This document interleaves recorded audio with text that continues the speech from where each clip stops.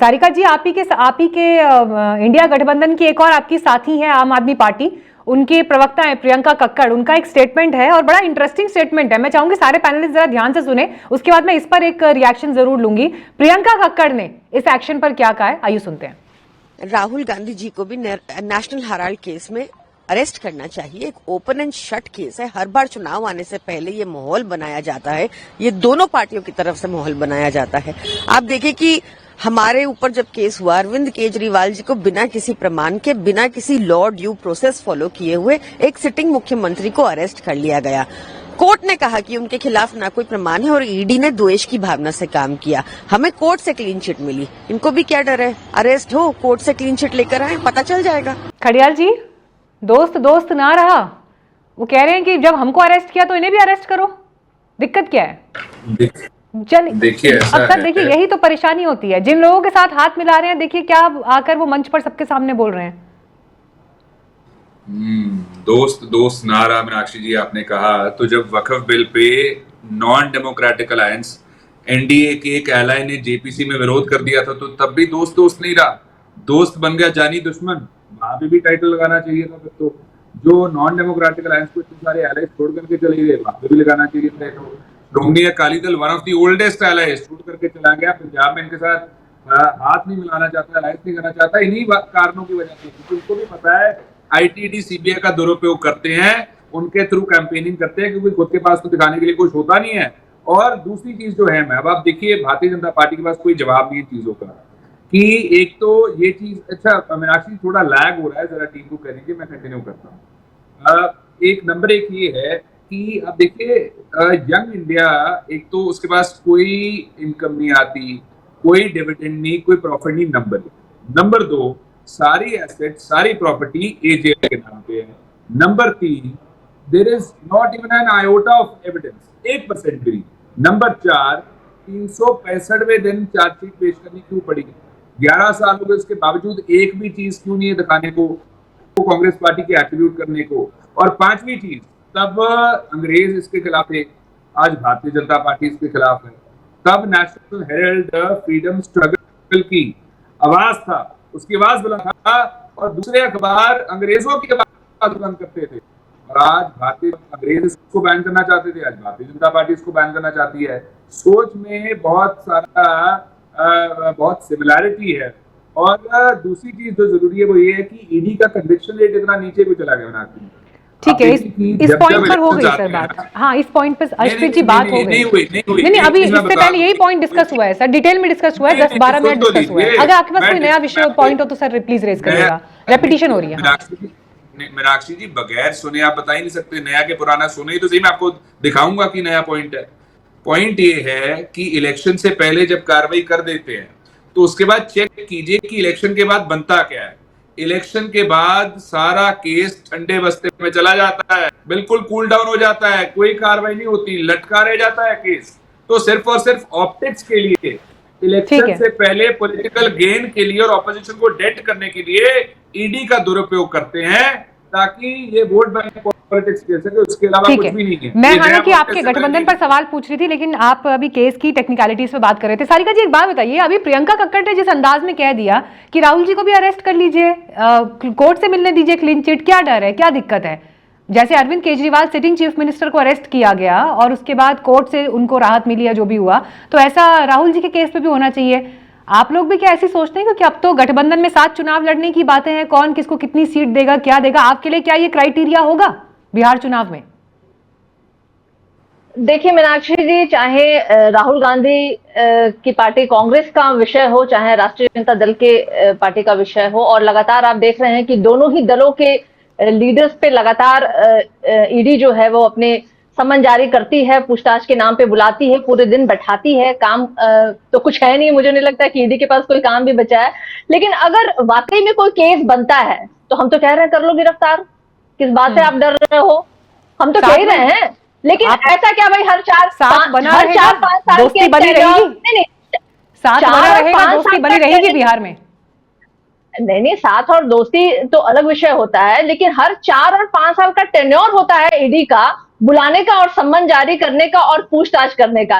ये टेन्योर नहीं होना चाहिए। मुझे लगता है कि अगर आपके पास कोई साक्ष्य है, सबूत है हमारे खिलाफ, तो कर लो गिरफ्तारी, हम तो तैयार हैं। आपको तो हम नीरव मोदी की तरह भाग तो नहीं रहे देश छोड़ करके, हम तो इसी देश में हैं। ये मामला जो अभी गांधी परिवार पर नेशनल हेराल्ड का है, चार्जशीट फाइल हुई है, अब 25 तारीख से इस पर सुनवाई होनी है, 24 से 25 तारीख मेरे ख्याल से।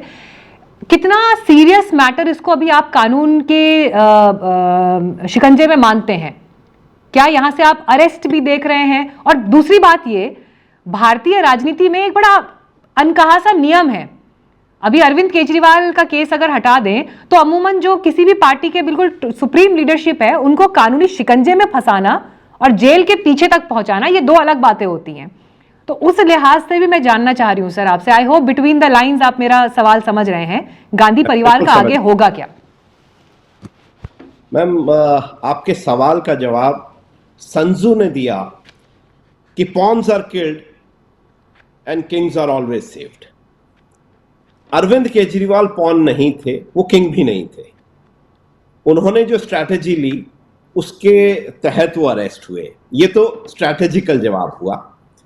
कानूनी ढंग से जवाब ये है कि अरविंद केजरीवाल 5 महीने तक इन्वेस्टिगेटिंग एजेंसी से के सम्मन देने के बावजूद नहीं गए। उन्होंने उन सम्मन्स की अवहेलना की और कोर्ट ने भी उन्हें एंटिसिपेटरी बेल का रिलीफ नहीं दिया। इसके चलते वो अरेस्ट हुए।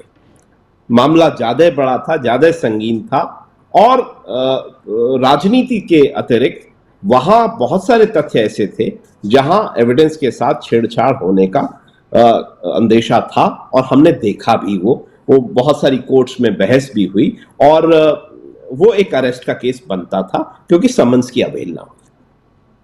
राहुल गांधी और सोनिया गांधी इस केस में अरेस्ट नहीं बनती और क्योंकि इन्वेस्टिगेटिंग एजेंसी ने इतने सालों की जांच में कभी ये नहीं पाया कि इन्हें अरेस्ट करना चाहिए, इसलिए कानूनन अब कोर्ट उन्हें जेल नहीं भेज सकती।